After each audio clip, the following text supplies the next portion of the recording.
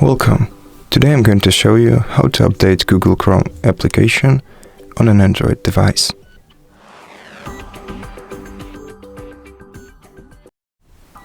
To update your Google Chrome application, first open the Play Store.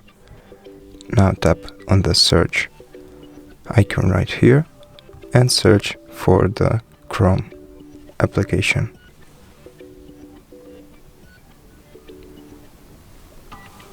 Now tap on the Chrome application and select Update and wait.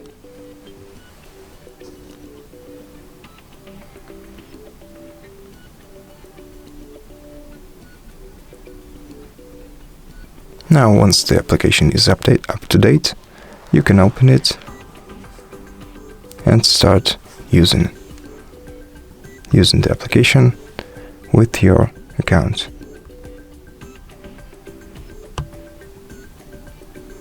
And that's it.